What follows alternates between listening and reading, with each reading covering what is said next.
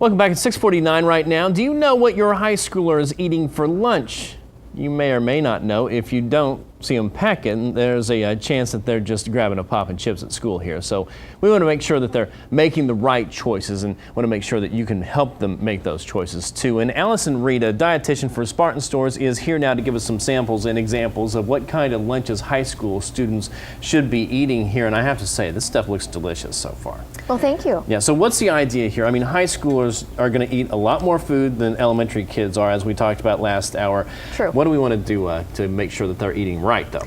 Well, again, you want to have that variety, color, and balance in the foods that you're putting together, or even get them actually putting some of those things together themselves. So having whole grain wraps or pita bread, or whole grain bread available for them to make those sandwiches.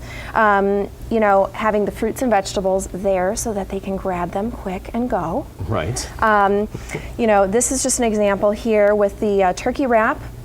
We've got some peas, as well as snap peas, as well as grapes, and that's kind of your lunch idea.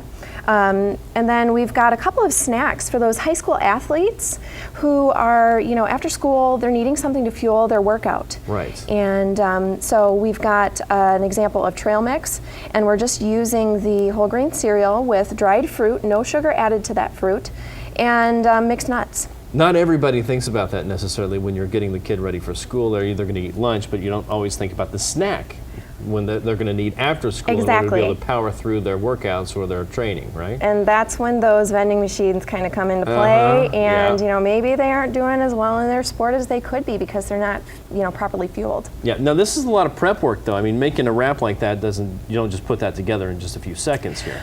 So, I mean, is this something you should do the night before, or something you should do for the child, or should you suggest that they do it on their own the morning of? The wrap does really, honestly, it couldn't take that long if I did all of it before I came in this morning. So I'm talking about a high school kid who's popping out of bed. I know how that used to be. And I was racing out the door as soon as this I got prep up. takes 5 minutes. So if you've got the tomatoes cut up, the lettuce cut up for them to kind of put all their fillings inside of the wrap, it really takes no time at all. And then we want to make sure that we have like all the different food groups and we're hitting those too. How can you do that? How do you know that you're hitting the right ones? Okay, so making sure that in a meal you've got, again, same as elementary school students, you want to have 3 to 4 different food groups in there for a meal, and 2 to 3 for a snack. So, just making sure that those healthy foods are available is going to be really, really important. All right, Allison from Spartan Stores, we really appreciate you coming in this morning, giving us some ideas on how to feed your elementary kid and also how to feed your high school kid and make sure that they're all eating healthy, because as school gets started here, we know that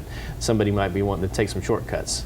Absolutely. That won't be the mom or dad, that'll be the kids. Right, and this is definitely some money-saving stuff too, so just keep that in mind. Great ideas today. Thank you for coming in today.